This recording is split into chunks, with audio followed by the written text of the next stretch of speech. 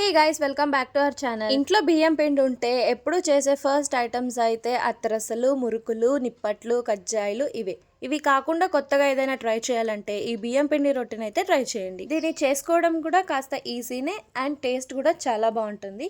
ఇక లేట్ చేయకుండా ప్రాసెస్ ఏంటో చూద్దాం. ఒక పెద్ద గిన్నె తీసుకొని ఇది మిక్స్ చేయడానికి మీకు ఈజీగా ఉండేటట్టు చూసుకోండి. ఇందులోకి 3 కప్స్ ఆఫ్ బియ్యం పిండి అయితే వేసుకున్నాను. ఉండలేమైనా ఉంటే దాన్ని ముందుగానే మ్యాష్ చేసుకోవడం బెటర్, బికాజ్ మనకి మళ్ళీ మిక్స్ చేసుకోవడానికి అయితే ఈజీగా ఉంటుంది. తర్వాత ఇందులోకి సన్నగా కట్ చేసి పెట్టుకున్న ఆనియన్స్ని 1 కప్ దాకా వేసుకున్నాను. నెక్స్ట్ అయితే ఇందులోకి సన్నగా కట్ చేసి పెట్టుకున్న కొత్తిమీర కూడా వేసుకోవాలి. తర్వాత కరివేపాకు, ఇది కూడా సన్నగా కట్ చేసుకొని వేసుకోవాలి. తర్వాత సన్నగా కట్ చేసి పెట్టుకున్న 2 పచ్చిమిర్చి, 1 ఇంచ్ అల్లం ముక్కని కూడా సన్నగా కట్ చేసుకొని వేసుకోవాలి. ఇందులోకి సబ్బక్కిని 1 కప్ దాకా వేసుకున్నాను. ఇది కావాలంటే ఇంకాస్త ఎక్కువ కూడా వేసుకోవచ్చు, ఎందుకంటే ఇది ఎంత ఉంటే అంత టేస్ట్ బాగుంటుంది. తర్వాత ఇందులోకి మన టేస్ట్కి తగినంత ఉప్పు, 1 స్పూన్ అయితే జీలకర్ర అయితే వేసుకోవాలి. ఇక కావాల్సిన ఐటమ్స్ అన్ని వేసుకున్న తర్వాత దీన్ని బాగా ఒకసారి డ్రై మిక్స్ చేసుకోండి. ఇలా మిక్స్ చేస్తున్నప్పుడు కాస్త స్క్వీజ్ చేసుకొని గట్టిగా మిక్స్ చేస్తే అప్పుడు ఆ లీవ్స్లో ఉన్న ఫ్లేవర్ అంతా మనకి ఆ పిండిలో ఉంటుంది. అప్పుడు తినడానికి కూడా మనకి చాలా టేస్టీగా అయితే ఉంటుంది. ఇక డ్రై మిక్స్ అంతా అయిపోయిన తర్వాత మనకు కావాల్సిన క్వాంటిటీలో వాటర్ని అయితే పోసుకొని మిక్స్ చేసుకోవాలి. వాటర్ని తక్కువ క్వాంటిటీలో పోసుకుంటూ పిండిని అయితే మిక్స్ చేసుకోవాలి. ఒకేసారి ఎక్కువ పోసుకునేస్తే తర్వాత మనకి రొట్టెలు చేసుకోవడానికి అయితే అస్సలు పనికిరాదు.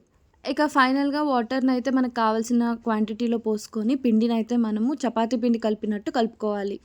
వాటర్ పోసుకొని మిక్స్ చేసుకున్నప్పుడు మనము చపాతీ పిండికి అయితే కాస్త ప్రెషర్ ఇచ్చి మిక్స్ చేసుకుంటాం, కానీ దీనికైతే అస్సలు ప్రెషర్ ఇవ్వకండి.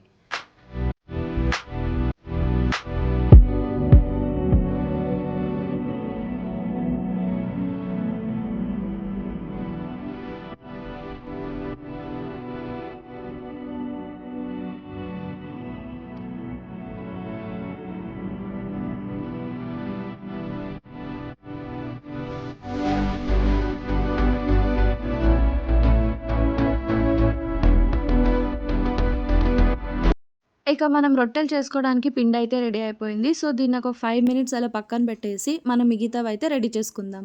ఇక మనం రొట్టెలు తట్టుకోవడానికి అంటాకు లేదా బటర్ పేపర్ ఉంటే మీరు యూస్ చేసుకోవచ్చు. నా దగ్గర లేదు కాబట్టి నేను A4 షీట్ తీసుకొని అందులోకి ఆయిల్ వేసి ఇలా రెడీ చేసుకున్నా. ఇక పిండిని తీసుకొని మనకి ఏ సైజ్ కావాలో దాన్ని బట్టి ఒక ఉండల్లాగా చేసుకొని ఇక సన్నగా అయితే తట్టుకోవాలి.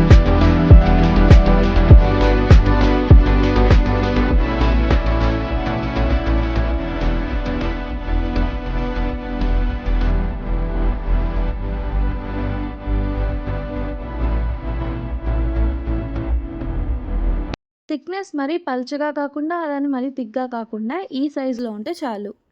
ఇక స్టవ్ మీద చపాతీలు చేసుకునే ప్యాన్ పెట్టుకొని కాస్త ఆయిల్ అప్లై చేసి పెనం హీట్ అయ్యాక మనం రెడీ చేసి పెట్టుకున్న రొట్టెనైతే ఫ్లిప్ చేసుకొని ఇలా వేసుకోవాలి.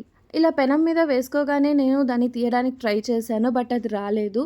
దీన్ని అలానే 1 మినిట్ వదిలేస్తే కాస్త కుక్ అయిన తర్వాత పీల్ చేసుకుంటే ఈజీగా రిమూవ్ అయిపోతుంది.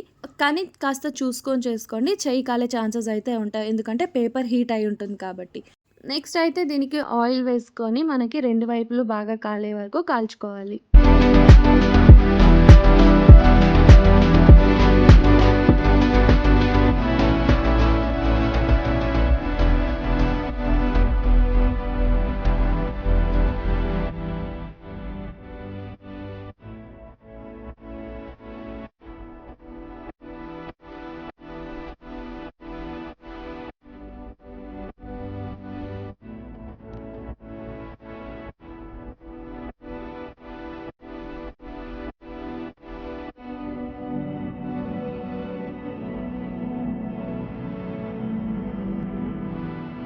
ఇక 2 వైపులు బాగా కాలిన తర్వాత దీన్ని ఒక ప్లేట్‌లోకి సర్వ్ చేసుకొని వేడి వేడిగా తినేయడమే. ఇక సేమ్ ప్రాసెస్‌ని రిపీట్ చేసుకుంటూ మీకెన్ని కావాలో అన్ని చేసుకొని ఎంజాయ్ చేయండి. దీనికైతే 2 కళ్ళు ఒక ముక్కు పెట్టాను, కానీ నోరు పెట్టడం మర్చిపోయాను.